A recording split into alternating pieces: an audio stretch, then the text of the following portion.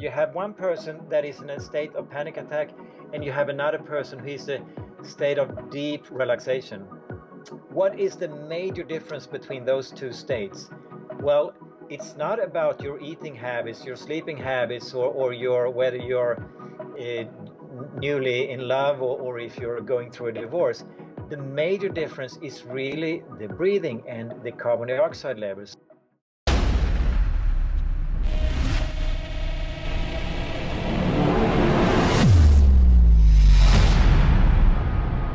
Hey guys, today our guest is Anders Olsson. Anders Olsson is one of the world's leading teachers on the science of optimal breathing. Anders Olsson is a lecturer, teacher, and founder of the conscious breathing concept and the author of Conscious Breathing. In that book, Anders explains simply the breathing techniques that we can apply anytime, anywhere. Anders have helped tens of thousands of people to achieve a better health and improved quality of life. His vision is together we change the world one breath at a time. I'm very, very happy to invite Anders Olsson to the show. Hey, Anders, thanks for coming to the show. Thank you for having me. Anders, before we go into the show, can you share where can people connect with you? On my website, consciousbreathing.com, or in the Facebook group called Conscious Breathing, or on Instagram, Conscious Breathing, on YouTube, also Conscious Breathing. Thank you, Anders. Anders, my first question is that can you share the nasal plug experiment you did at Stanford, if you don't mind? Yeah, that was I shouldn't say funny experiment because it was quite horrible actually. So for 10 days, we blocked our nose totally so we could only breathe through our mouth. And it had a lot of impact. And we did it at Stanford University. So we went there 3 full days and did a lot of different tests, the brain scan, blood tests, and we checked our lungs, and we were up checking our nose. It felt like they were almost inside our brain checking. It was not that pleasant. And we did other things as well. We were standing on one leg, we were doing push-ups, we were measuring heart rate variability. We recorded our sleep, both the sound as well as the movement. And probably, and the idea with the study was to see, could it be that if we engage in poor breathing, would that bring our health down? And then after the 10 days of blocked nose, we did 10 days of conscious breathing. And we wanted to find out, would it be possible to restore our health by improving our breathing? And actually, that was exactly what happened. With the blocked nose, it took our health down, and we were able to get back on track with good breathing. So what was affecting me the most was the sleep. I mean, I snored on average 3 hours per night, and I woke up 4, 5, 6 times every single night. I had either to go and pee, or I just woke up because I slept restless. So at some point, I didn't even want to go to sleep because I knew what a horrible experience it would be. And it was really clear when we saw these the snore score and the sound we made. And after we removed the tape from our nose, so we can start finally breathing through our nose again, the snore score, they went from, I mean, from 3 hours to virtually no snoring at all, and no waking up at all. I can still remember the first night after the mouth breathing experiment, the first night when I woke up and after only breathing through my nose while I was taping my mouth. I mean, I had so much energy. I was so happy. I couldn't start singing. I couldn't stop singing. I couldn't stop smiling. My energy was 11 from a scale from 1 to 10. So that was the major impact we saw on the sleep. But also, I noticed I was more stressed out. I had more adrenaline. My sugar craving started to increase. So, I mean, in the beginning of the test with mouth breathing, I had no sugar craving. At the end, it was between 7 and an 8 from a scale from 1 to 10. So the last 4 days, I had both the ice cream and chocolate bars, and I also ate pizza and drank alcohol the 2 last days, and it felt like I needed that. So my interpretation of it was that the poor breathing led to poor sleep, which led to poor energy and thereby sugar cravings. I also felt kind of stupid several times. Like, for example, every morning I woke up dry as a desert in the mouth, but still I couldn't connect the dots and figure out that it would probably be good for me to drink some water. Uh, so I didn't. So it really had a big impact. Really, really, really interesting to do the study. I'm glad if I was asked again, I would.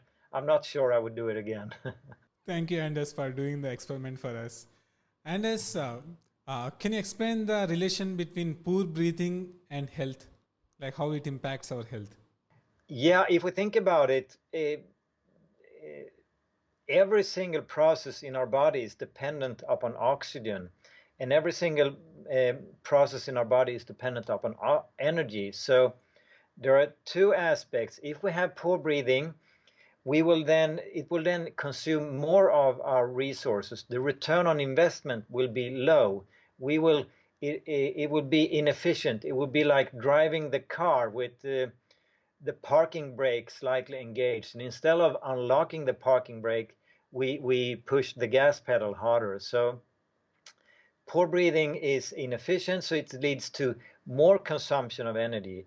And the other aspect is that poor breathing leads to less oxygenation of the cells in our body. And if we think about it and realize that we all know that if we stop breathing, we die, and the reason why we die is because lack of oxygen. So we are hugely dependent on oxygen, and the reason why we are so dependent is because we need to produce energy, and we can do it with oxygen and without oxygen. If we do it without oxygen, only about 6% of the available energy in the food we eat will be converted to energy, while if we produce energy with the help of oxygen, up to 100% of the available energy is extracted. So it's a huge difference. So if we have poor breathing and thereby depriving our body slightly of this much needed oxygen, it will lead to not only then increased energy consumption because we have inefficient breathing, but also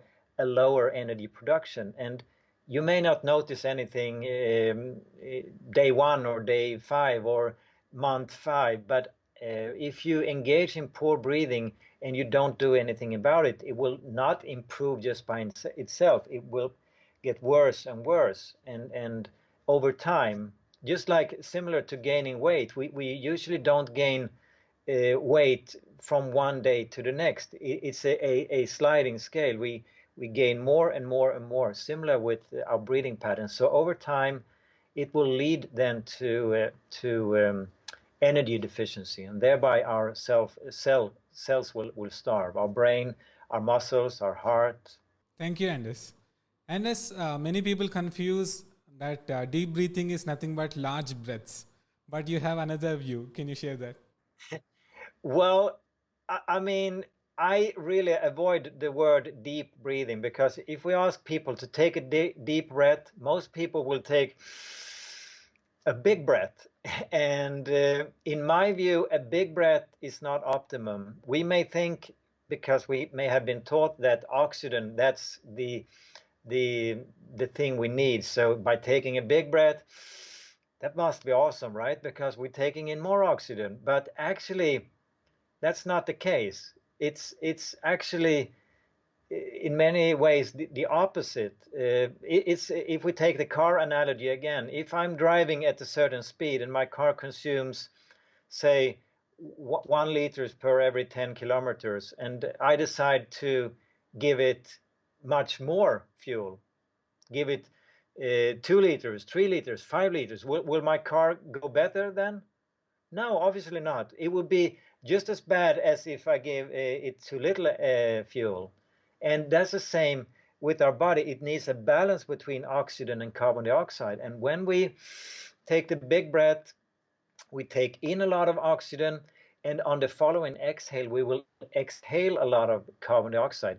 So that will upset the carbon dioxide and oxygen balance. So meaning we will have too much oxygen and too little carbon dioxide. And this imbalance have implications because at normal breathing, which medical textbook says is about 6 liters per minute, which most of us don't.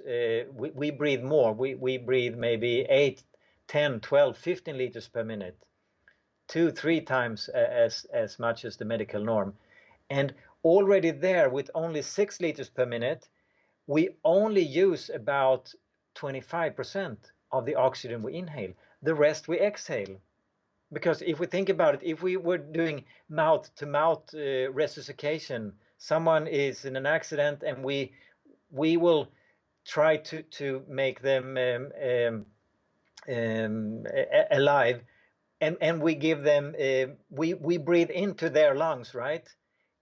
Unless our outbreath would contain oxygen, that wouldn't make any difference, right? So that tells us that our outbreath contains a lot of oxygen.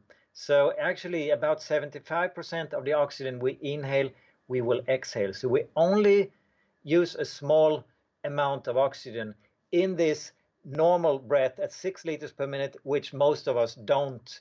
We take in a lot more than that. So then it's easy to understand. There is no point to take in extra oxygen because we already have more than enough. And then on the other side, we will then lose too much carbon dioxide. And carbon dioxide, we may have heard that, oh, that's just a waste product. It's a poisonous gas. We should get rid of it as soon as possible. But in my view, it's as far from truth as you can ever come, because carbon dioxide have many, many important properties. For one, it controls breathing. It stimulates the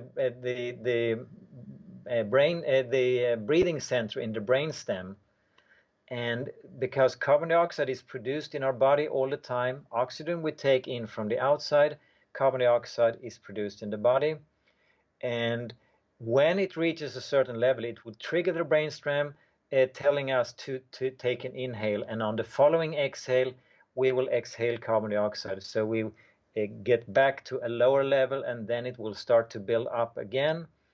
And if we engage in overbreathing, which many of us do, where we exhale too much carbon dioxide, we will reset the breathing center in the brainstem, thereby allowing us to tolerate lower levels of carbon dioxide. And that is the same as a stressed breathing, right?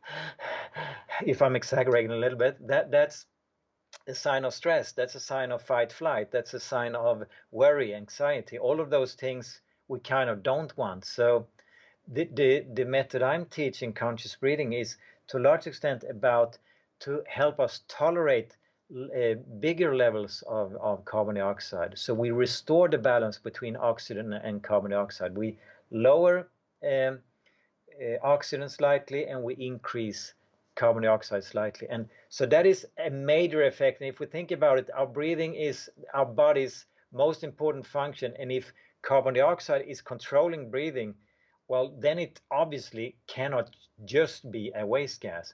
And carbon dioxide also has a widening effect on the blood vessels. So if you have if you are hyperventilating, or if you have this hidden form of hyperventilation that many of us have, you will then kind of restrict your blood vessels. So then you will deprive your heart and your muscles and your brain of blood, and thereby also oxygen. So if you have a panic attack, for example, and you come to the hospital, it is very common that you get a bag to breathe in and out through. And the reason for why it works is because you exhale about 100 times more carbon dioxide than you inhale. So we are basically carbon dioxide factories. So when you exhale that carbon dioxide into the bag, and then you breathe from the bag, you will rebreathe some of the carbon dioxide, right? So this stressed out panic brain that have lack of oxygen and nutrients, because a person with panic attack is definitely hyperventilating. When you then do the bag breathing, you increase carbon dioxide levels and you make the blood vessels in the arteries relax, and you will then start to get more blood and thereby also more oxygen to this stressed panic brain so that it can relax. So carbon dioxide, more than anything, is our natural tranquilizer. Wow, that was so awesome, Anders. Thank you for sharing that. You're welcome. And I mean, sorry if I interrupt, but just think of this analogy. If you have two-person, you have one person that is in a state of panic attack, and you have another person who is in a state of deep relaxation. What is the major difference between those two states? Well, it's not about your eating habits, your sleeping habits, or your whether you're uh, newly in love, or if you're going through a divorce. The major difference is really the breathing and the carbon dioxide level. So you can basically here and now, just by altering your breathing, take you towards the more anxiety state, or towards the more relaxed state, just by changing your breathing. So if you engage in more forceful, faster breathing, you will go slightly in the fight flight direction, in the anxiety, worry, while the opposite, the low and slow and rhythmic breathing, which increases carbon dioxide, will take you more towards relaxation. So it's really fascinating when you start to think about these things. So the idea with conscious breathing, we work with the 7 good breathing habits, meaning that the breathing should be through the nose, it should be low and slow and small, the posture should be erect, you should breathe rhythmically and quiet. And when you the idea is to try and take more and more of your 1,000 breaths that you take each hour in line with those breathing habits. And thereby you will be able to oxygenate your body in a more efficient way, in a more relaxed way, and your body will respond by operating better. Thank you, Anders. Anders, my next question is that can you explain the relation between breathing and detoxification? Breathing and detoxification. Yeah, I mean, one interesting aspect, I just came across it actually the other week. Very interesting. I grew up in a farm, so I know my father, he used to put chemicals on the crops, and he had to be careful how he mixed it with water. And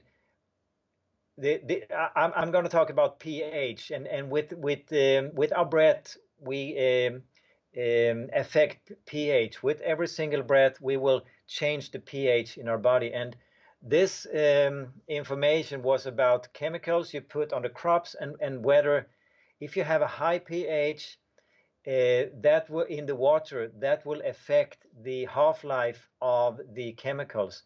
So if you have a very alkaline water, that means that the it won't be that efficient, these chemicals. You want to put them on your crops very, very soon. You won't have them stay in that water overnight. So that is one aspect. Then when we look at our breathing, if we tend to overbreathe, which many of us do, we will then lower our ability to regulate pH in our body, because at first instance we will, with the overbreathing, we will start an alkaline environment in our blood, but that is not optimum. So the body will then go to the kidneys in order to try to compensate. So we will start to pee out more bicarbonate in order to restore the pH in the blood. But that will then over time lead to an decreased pH buffer. So our ability to, for example, neutralize, if we ingest food that contains chemicals, which they do, unfortunately, or if we breathe in, like if we live in a polluted city, or we spend time indoor where the air quality is not optimum, either way, we will inhale also chemicals. And in order for us to neutralize them, we need to have a good pH buffer. And it's our breath that helps us maintain that. And if we breathe fast, we will have a lower pH buffer, and we will thereby not be as good to neutralize whatever comes our way. So that's one part of detoxification. Thank you, Anders. Anders, you said that proper breathing helps us in our relationships. Can you explain that? Well, in my view, I tend to look at it as if we have our thoughts, our emotions, we have our physical body, we have our breath. And if we look at those at different departments, in my view, the CEO is the breath, and the other guys, they are the department. And a way of looking at it is that the thoughts, emotions, and our physical body and our actions, they surf on the breath. So if we engage in poor breathing, well, it will affect our mind, it will affect our emotions, it will affect our body, and we will then be slightly more disconnected. We will be slightly less understanding. We will be slightly more in fight flight. And when we're in fight flight, we kind of have more of a tunnel vision. It's harder for me to understand your point of view because I just see my point of view. So I kind of I want to be more in parasympathetic, which is our rest and digest state, in order to being able to understand your point of view, where you come from, and also being able to just like I feel what it has done to me. By far the most important thing it is that, because I used to be stressed out a lot. For me, it was a lot about performance, and I used to have also thoughts of worry, because usually when we're stressed out, worry and anxiety is not far away. And for me, it was a large part of my life. I spent it with making other people stressed out, and being stressed out myself. And whenever someone pushed a button, I would react in a certain way. I may be angry, I may be worried, I may be stressed out. And what the breath has given me, whenever someone pushes those buttons, and I'm sure I'm not the only one of having buttons that could trigger a certain reaction, turning to my breath has bought me enough time to realize that I'm no longer a slave to these learned behavior, which a lot of them we learn in our childhood, and then we spend the rest of our life just repeating those patterns. So what we want to do, I think, we want to upgrade these patterns that doesn't serve us. We want to go to the left, but we always end up to the right, and we figure out, hey, in my mind, I want here to go to the left. Why can't I do that?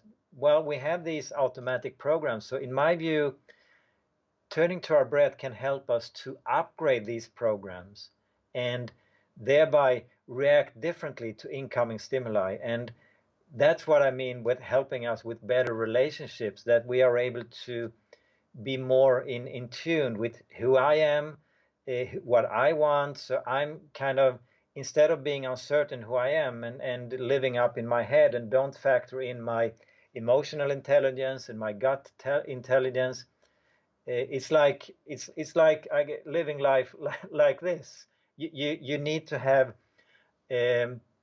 your whole intelligence in order to be a good communicator, a good listener, or expressing your view. So I mean that's clearly my experience. But since I've been doing this for 10 years, there are a lot of people now that confirm exactly the same. And one of the main driving factors, I think, behind our actions, which takes us in a direction where we don't want to go, is fear.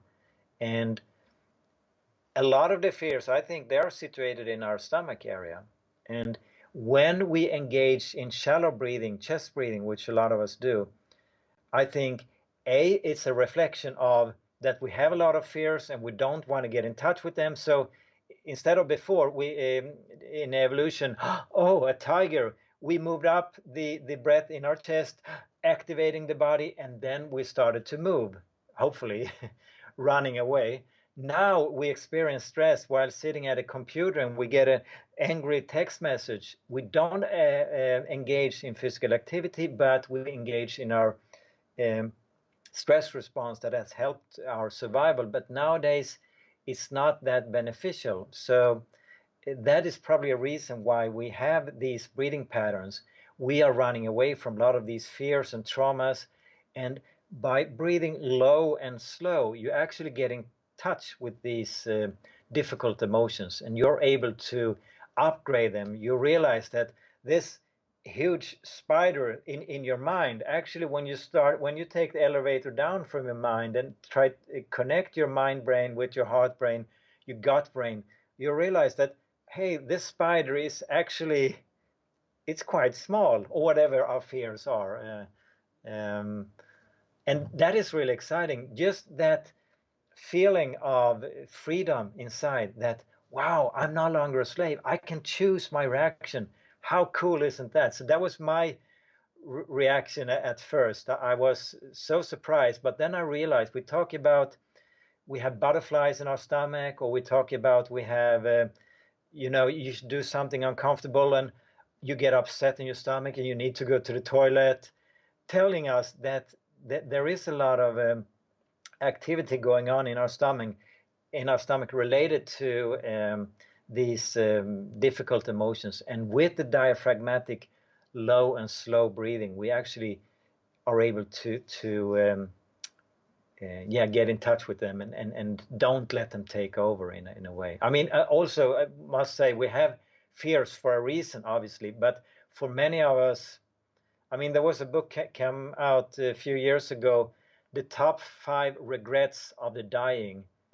The woman interviewing people who were on their deathbed, she was a nurse, and the main regret was actually that we had been afraid. We had lived not our own life. We had lived someone else's life because we were afraid of making mistake. We were living what our parents told us we should do or what society told us what to do. And the realization was that it was fear driven. And I'm sure none of us want to lay there on a deathbed and realizing that you regret a lot of things in your life because you were afraid. So that is really cool that you're able to be more brave. Thank you, Anders. It was awesome as always. Can you explain what is Relaxator and what are its benefits? All right, the Relaxator is this little breathing device. It gives you a resistance on the out breath, so you can adjust the resistance like this, and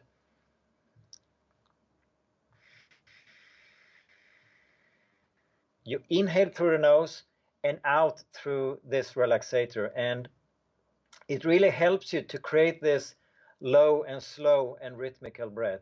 It also increases the pressure in the lungs and in the sinus cavity, so you have more air circulation. It also increases the muscle tonus, making these muscle in the throat function better. And this is a bottleneck for many people, especially it's evident at night. So some people have snore and they got sleep apnea. One reason for that is because these muscles are not operating properly. So when I first came across a device like this, I thought it was ridiculous. I was totally against it. I thought, come on, I know how to breathe, and I even teach other people how to breathe. Why in the world would I put such a silly device in my mouth? It took me about 6 months, I think, before I even tried it. And when I did, it was like, oh, wow. I realized when I'm working at a computer, I tended to hold my breath all the time, and that the device brought the awareness that I was holding my breath. So I went from a non-believer to falling in love in a couple of days, I think, into this device. And then when I checked the different devices out there on the market, and I thought I didn't like any of them. I thought they could be improved. So that's when I decided to make my own. So I think it's a really, really super good thing in order to help you to slow down and thereby oxygenating your brain, for example, better. Thank you, Anders. Anders, can you explain the relation between posture and breathing? Posture, yeah, that's interesting. That's really an important factor. One part is when we engage in mouth breathing, we change the dynamic in the throat, so we would slightly have a more forward leaning posture. And already there, we can tell that is very inefficient. If we think of our head as a bowling ball, a weight 5-6 kilo maybe, it's a huge strain on our muscles if we have our head like this compared to if we have the erect posture. So that is very inefficient. But also if we engage in a slumped posture, if you're listening now, you can try for yourself. You can put one hand on your chest and one on your stomach. And when you have the slumped posture, just notice what happened with your breath. Is it easy to breathe low down into your midriff using your diaphragm? And then compare to if you have an erect posture. It's far easier. By far, it's easier to breathe in the way it's supposed to do. The diaphragm is a major breathing muscle. It is supposed to do up to 80% of the total muscle work in moving the air in and out of the lungs. It's designed to be super efficient. And if we don't use the diaphragm, because, for example, we have a poor posture or because we have a lot of fears, and instead we breathe more shallow up in our chest, well, then we have to have the accessory muscles, for example, in our chest cavity.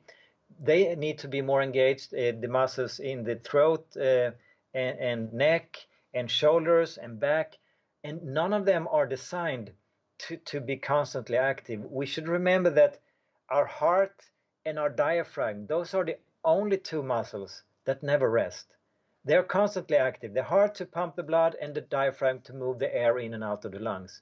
So when the other muscles have to step in, well, they will be overworked, they will be tired, they will be tense, maybe you will experience pain. So a reason why so many people have a pain in their neck, well, obviously it's because we sit in front of the computer a lot, and thereby we have a poor posture, and that gives rise to also to tense muscles. But also from the breathing perspective, the shallow breathing will induce this because if these tensions, because if the diaphragm isn't lifting the rib cage, which it's supposed to do slightly, these muscles have to step in, right?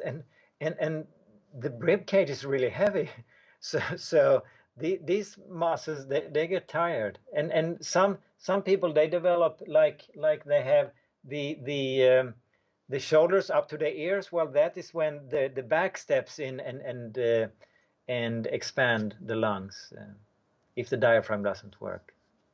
Thank you, Anders. Anders, can you talk about mouth taping at night? Yeah, mouth taping. That is a really scary thing for many people, and a really, I mean, when I started recommending this 10 years ago, it was not that popular. Today, it has grown really popular. I've taped my mouth now for 10 years. And clearly, the Stanford study showed us how detrimental it is to sleep with your mouth open. And a common reaction is then from people saying, no, I don't need to tape my mouth because I sleep with my mouth closed. And my question is always then, oh, how do you know? Because I assume you're not awake when you're asleep, right? And of course they aren't. So I ask, have you filmed yourself? Or no, obviously no one have filmed themselves. So they're just guessing. So it's kind of a mental defense mechanism. And the common reaction is then, well, I go to sleep with my mouth closed and I wake up with my mouth closed. So apparently I'm sleeping with my mouth closed. But actually, we do not know. So I encourage you more than anything to be curious, to try. When you come over the mental aspect and the idea that this is something scary, a way to do that is just to tape your mouth for a few evenings, for 10-15 minutes or whatever you want, and to start to get used to the sensation. And then when you feel ready, you can start to tape your mouth at night. And then I recommend, do not evaluate until at least a week, preferably after 4 weeks, because our breathing and at night is a reflection of our breathing at daytime. And if we have, for example, a bit of a stressful day, we will probably have a bit of a stressful breathing, and we will probably have not so good sleep. And there is a high risk the mouth will go up and open. So if you try one night and realize, well, it didn't change my sleep at all, then you may were just lucky. So at least a week, preferably 4 weeks before evaluating.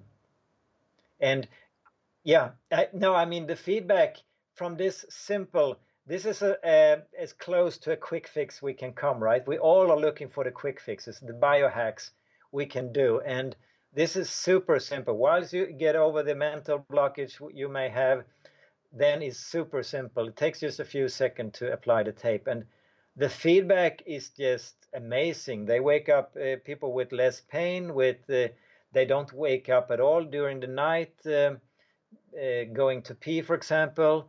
They don't wake up dry as a desert in their mouth in the morning. They don't wake up during the night having to drink water.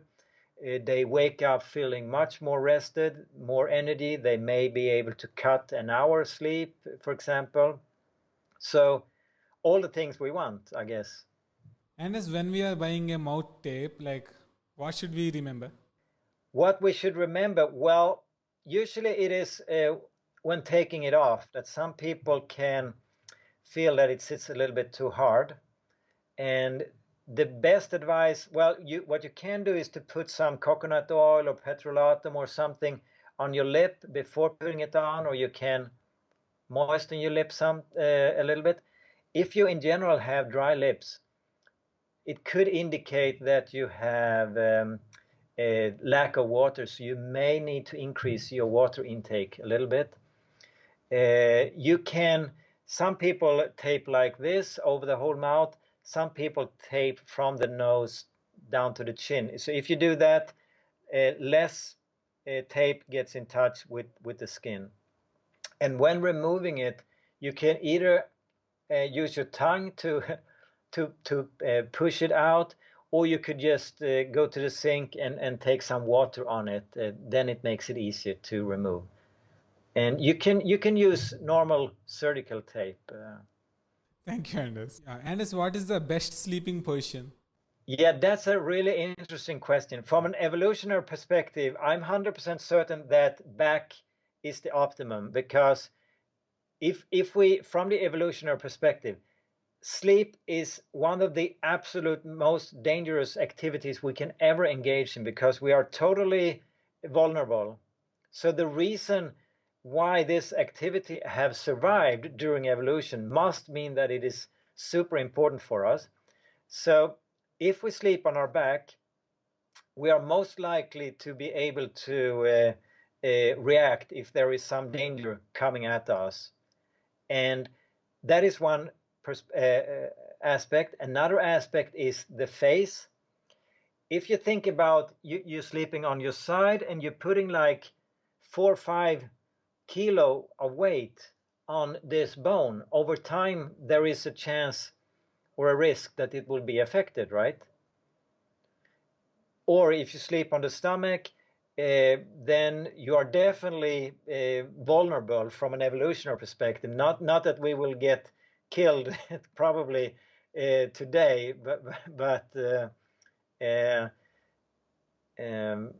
but also which sleeping position is the best. I think it has to do with the person. A lot of people can't sleep on their back because they have the area here isn't developed optimum. For example, they could be overweight. So if we have overweight on the outside, it also means overweight on the inside. So when we go to sleep, this area will definitely be more narrow. We may not notice if we have overweight, for example, here at daytime, but at nighttime it may be quite obvious. And that is important. If you have poor, if you're overweight, if you have a narrow area here, maybe because your face hasn't developed properly forward and in width as it's supposed to, you may have a what is called a weak chin. That means that the area here is more narrow, and the tongue may fall back. You may have tensions in your jaw, different aspects of affecting this area. Then probably sleeping on your back is not the optimum. Then probably sleeping on your side is better.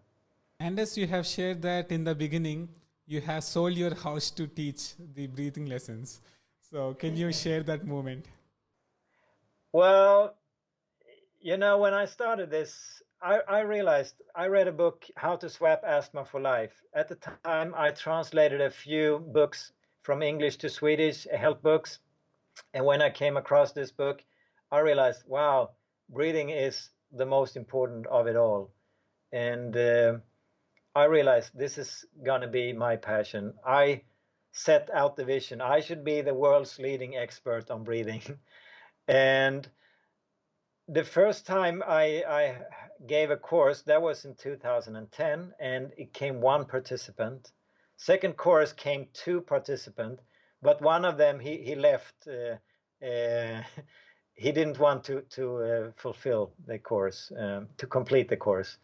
So at that time, because before that I ran an IT company, and when I sold it, I got some money, but I was running out of those money. So I had to make a choice. Okay, either I will have to find a job that could give me an income, because obviously one participant or two participants didn't pay my bills, or I had to sell my house.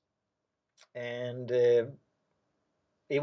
I couldn't do anything else because this was my calling. I had to sell my house.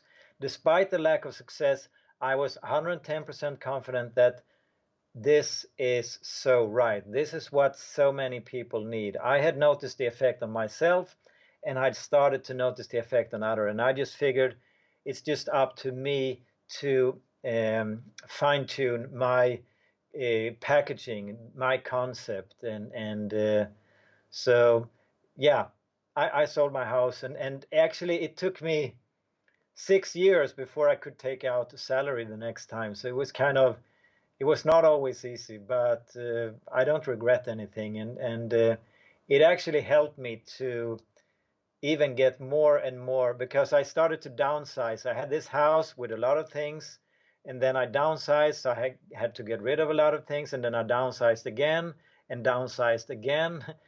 And at the end of the day, I basically don't own almost anything. And I realized during that process that all these things that we take for granted, that many of us have, they start to own you. They take a possession over you. So I started to feel free in that process, even though I had less money and less money and less things.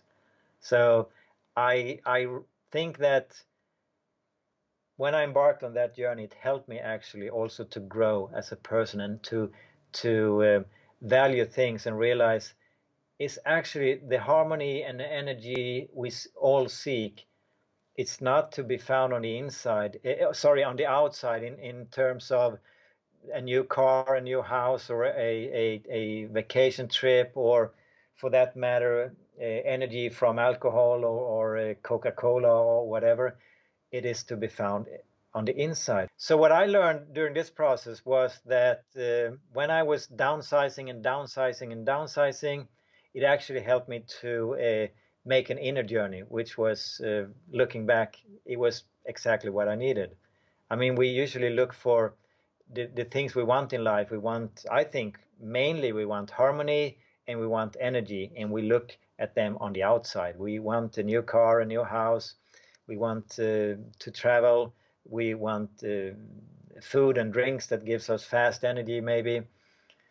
And I realized more and more that this is to be found long term on the inside. The outside is more short term. Thank you, Anders, for sharing that. Anders, how to develop a breathing rhythm? How to develop a breathing rhythm? Well, in my view, the key is relaxation, and that is to be found in the exhale. If I'm exaggerating, this is an inhale, right? Oh, there is a tiger or whatever.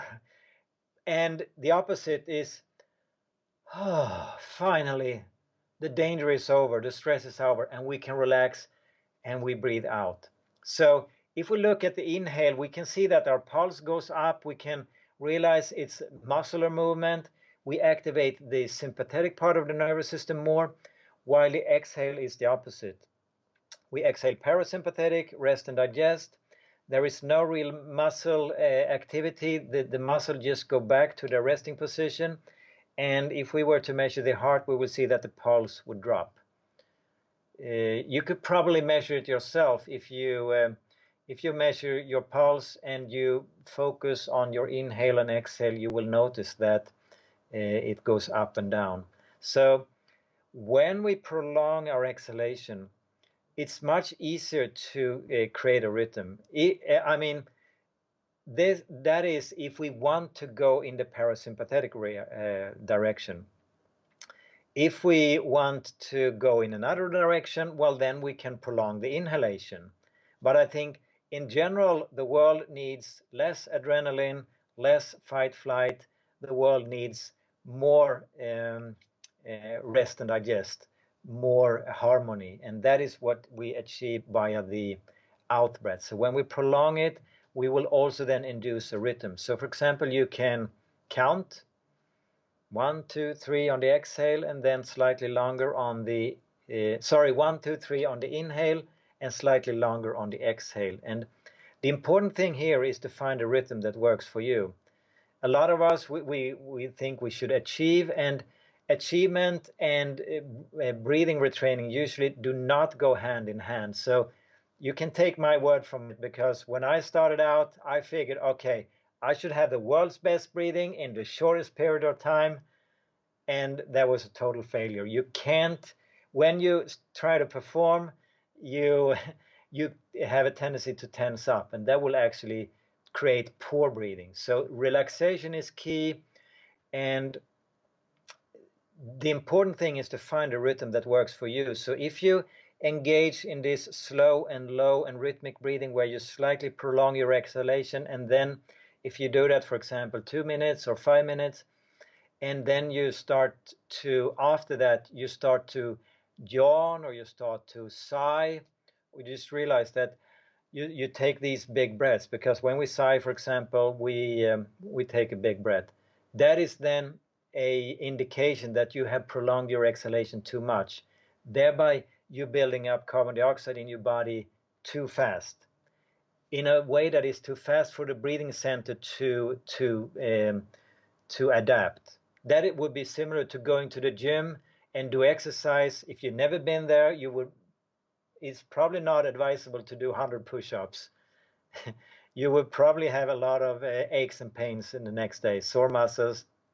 And that's similar to if we overdo it when we do breathing retraining. You have to find a rhythm that works for you. And if I just can share one example, and it's not that many years ago. I grew up by the ocean, and I always wanted to learn how to crawl in a good way. But since when I was a child, I was very stressed out, and I couldn't manage to do it very well. I could only do like 15, 20 strokes, and then I was gasping for air. And then a few years ago, I started to try and learn it as an adult. And first, my realization was that I was holding my breath underwater, which meant that when I went up and should breathe, I had to first exhale and then inhale. So it was very stressful, but I managed to go from being able to crawl 25 meters to increase it to 50 meters just by realizing that I should exhale underwater so that I could create a more rhythmic breath. But then I wanted, of course, 50 meters isn't a lot. After the 50 meters, I was still gasping for air and was exhausted. I had lactic acid in my muscles. And then I tried to find a rhythm, and I figured, again, being a bit competitive, okay, I teach other people how to breathe, so of course I should have quite a long exhale. So I should probably do 6 or 5 strokes on the out breath before I breathe. But that was way too much. So I still couldn't do more than 50 meters.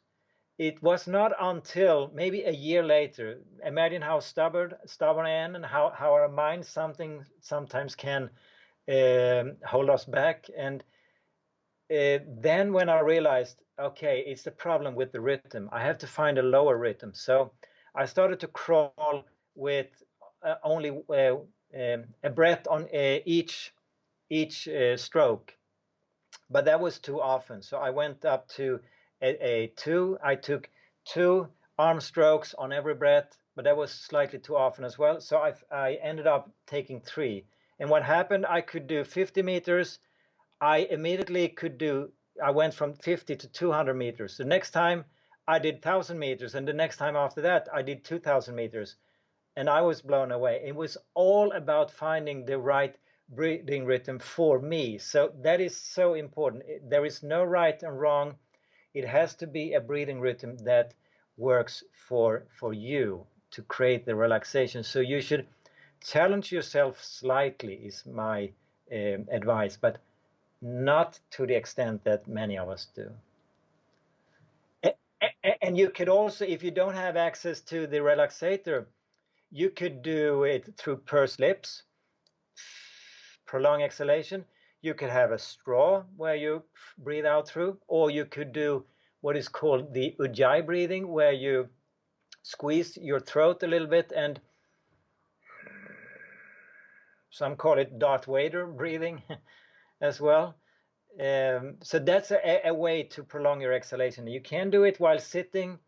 You can also do it while walking, biking, running. Prolong the exhalation slightly. Thank you, Anders. Now we have questions from subscribers. Okay. So Andy is asking, can you heal our asthma with breathing? From asthma. Well, asthma means disease of the airways, right? And I always say this disclaimer, there are never ever any guarantees, because all of us are unique individuals. But at the same time, if we have an issue with the airways, there is 99% certainty that we have poor breathing. So asthma is a disease of the airways, meaning the airways are narrow. And one of the properties of carbon dioxide, we talked about how it dilates the blood vessels, make them relaxed and widening up. And the same goes for our airways. It's actually the smooth muscle that carbon dioxide have a relaxing and widening effect on. And the smooth muscles, they surround not only the blood vessels, but also they are in the stomach, in our intestines, in our bladder, in the uterus, and they are also in the airways. So a reason for asthma, if we look at it from a body perspective, because our body is smart, right? And our body really prioritizes carbon dioxide. Carbon dioxide is crucial for our survival. Actually, carbon dioxide paves the way for oxygen. So we need the oxygen to produce the energy, but we need carbon dioxide in order to oxygenate the body. So if we hyperventilate, which asthmatics do, there are studies confirming this, and specifically you can see that prior to an asthma attack, there is something that trigger impaired breathing. So you start to breathe even more prior to an asthma attack. So the body is smart, and the body then want to prevent the outflow of carbon dioxide because the levels are critically low. So what does it do? Well, it constricts the airways because we have the carbon dioxide mainly or almost only exclusively leave the body via the out breath. So that makes sense, right? So when we start to, if you have about to have an asthma attack, you can try to start to prolong your exhalation. When you do, you will actually keep slightly more carbon dioxide in your body and in your lungs, and thereby that defense mechanism from the body isn't needed anymore. So the narrow airways will start to relax, and they will start to get wider, and you will start to be able to breathe again. And that the same defense mechanism can be found when we have a blocked nose. A lot of people have had a blocked nose, and they've been helped with conscious breathing. They've been able to slow down their breathing, and instead of the defense mechanism preventing carbon dioxide from leaving the body, suddenly, wow, my nose is much freer. So it is possible, yeah. And I also must say that conscious breathing is not for everyone. You have to be able to do the work. You have to be curious. If you're in for a quick fix, it's not necessarily this solution then. Even though some people, or many people actually can feel the benefits quite immediately. Thank you, Anders. Now, Stephen is asking how to immediately get out of stress.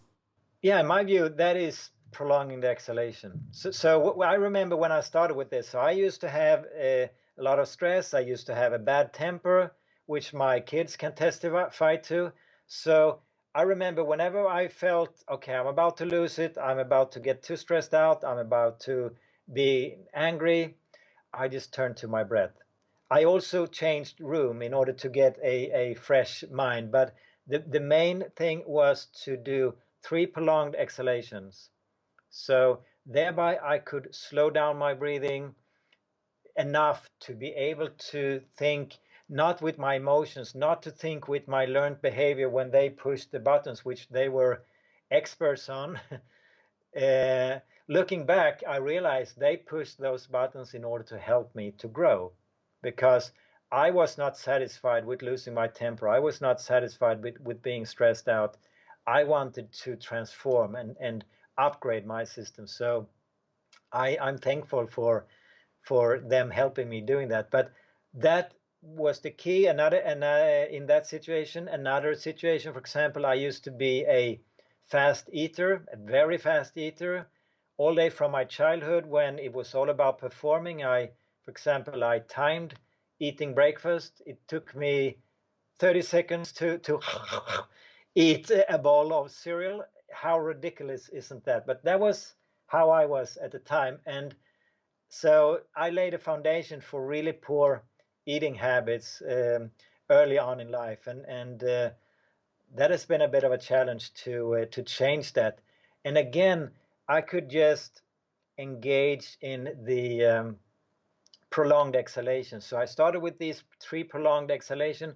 It makes you more present, more relaxed, and then I needed only 1 prolonged exhalation, and then it was enough to just think that I should do it, and then it's now a part of, I have upgraded. So whenever someone pushes those buttons, nothing happens. Judy is asking how to stop snoring.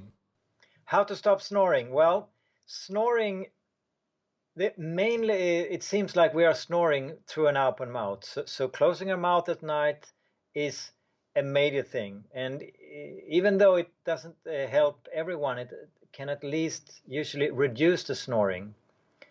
And another thing is to avoid alcohol. Many people can testify that when we drink alcohol, we get relaxed, which is probably a reason why we drink alcohol. And we get relaxed in our muscles and in our mind. And these muscles in our throat, they get so relaxed to the point where they collapse. And that's why people snore more when they drink alcohol. So reduce alcohol. Another tips is to lose weight. Another tips is to do breathing retraining during daytime, so you increase the muscle tonus and the strength here in this area in the throat. And also, if you have shallow breathing, there is like when the breathing is moved up higher into our chest, we will also change the dynamic in the throat. So the vocal cord may end up higher, and that may lead to a more narrow area. So again, we should then engage in low and slow breathing during daytime to retrain our breathing. So those are a few tips. So, Anders, thanks for answering that question. And we have two more questions left. And Mike is asking how to deal with breathlessness. So how to deal with the breathlessness? Yeah, the breathlessness comes from the carbon dioxide tolerance. Carbon dioxide controls breathing, and when we feel breathless, that is not because we have lack of oxygen. It's usually because we have too much carbon dioxide. So it is about tolerate more carbon dioxide. So the breathlessness occurs when we have gone through a period of overbreathing where we change the breathing center in the brainstem so it tolerates lower levels of carbon dioxide. So again, it's about to help yourself tolerate more carbon dioxide, and you do that by engaging in low and slow and rhythmic breathing, where you slowly, step by step, learn yourself to tolerate more carbon dioxide. And again, I want to emphasize it's your journey and your tolerance that dictates it. So if you overdo it, well, that could be fine, because then you know where your limits are. But a sign of overdoing it is that you engage in these types of sighs and big breaths. So you should really not see it as a quick fix. You have to be patient, and you have to work on it step by step. So you move up to higher and higher and higher tolerance. Then you will be able to reduce your breathlessness. Thank you, Anders. Anders, final question. Would you like to share a 7-day challenge to our subscribers? Right, yeah. Actually, it's I work with the 28-day challenge. That's awesome then. Yeah. Yeah, the 28-day conscious breathing retraining program, which then includes physical activity with closed mouth. It includes taping your mouth at night. It includes breath awareness, meaning that you should pay attention to your breathing during the day. For example, set your mobile to go off every hour or a few times per day. And when it does, you pay attention to your breathing, and you try to bring it back in line with the good breathing habits. And also resistance breathing, either with the relaxator or with pursed lips or ujjayi breathing. And also in the 28-day program, it's included some simple exercises, yoga-like exercises aimed at opening up your airways and create well-functioning, relaxed airways. For example, this is very effective. Just look over shoulder or look up in the roof. This helps you to expand and relax these muscles. And finally, the tools we use in the 28-day program is to listen to different relaxation exercises and guidance and how to get in touch with your gut feelings, or how to some breathing knowledge, for example, what makes up these 7 good breathing habits. So it's a bit overwhelming, maybe it sounds like, but you can really do what you like. You can pick and choose of these things. Yeah, tape your mouth at night, sure, that's I'm up for that one. Or doing physical activity with closed mouth. Each and one of these can actually help you quite a lot. And then you can, if you, for example, only do physical activity with closed mouth during the 28 days, maybe then you take a break, and then a month later you start a new 28-day where you start taping your mouth. It's really, I mean the whole idea with conscious breathing is to reduce unnecessary stress. So if you engage in a training program that actually increases your stress, it's kind of counterproductive. So again, find a program that suits you and your reality. Thank you, Anders. Anders, before we go, can you once again share where can people connect with you and where can they buy your book and everything? Yeah, consciousbreathing.com is the website where they can buy the book, the Relaxator, the sleep tape, the training program. They can also buy a course. We have a basic course and then we have an instructor course. It's a 6 months course, 12 online lessons, 2 hours per lesson. And I've trained over 1,000 breathing instructors, and the interest is really, really growing. It's really fun to be a part of this journey and see how the interest in breathing is increasing. As at the end of the day, it's a super simple tool that anyone can use anytime, and it is free. It is free. You don't need to have a device like this, for example. So consciousbreathing.com or Facebook or Instagram or YouTube, the same name, Conscious Breathing. Thank you so much, Anders, for coming to the show and helping us to breathe better. Thank you. I really enjoyed being on your show, and you had really nice questions. Thank you, Anders. Thank you. So please subscribe to Bines Goku Great.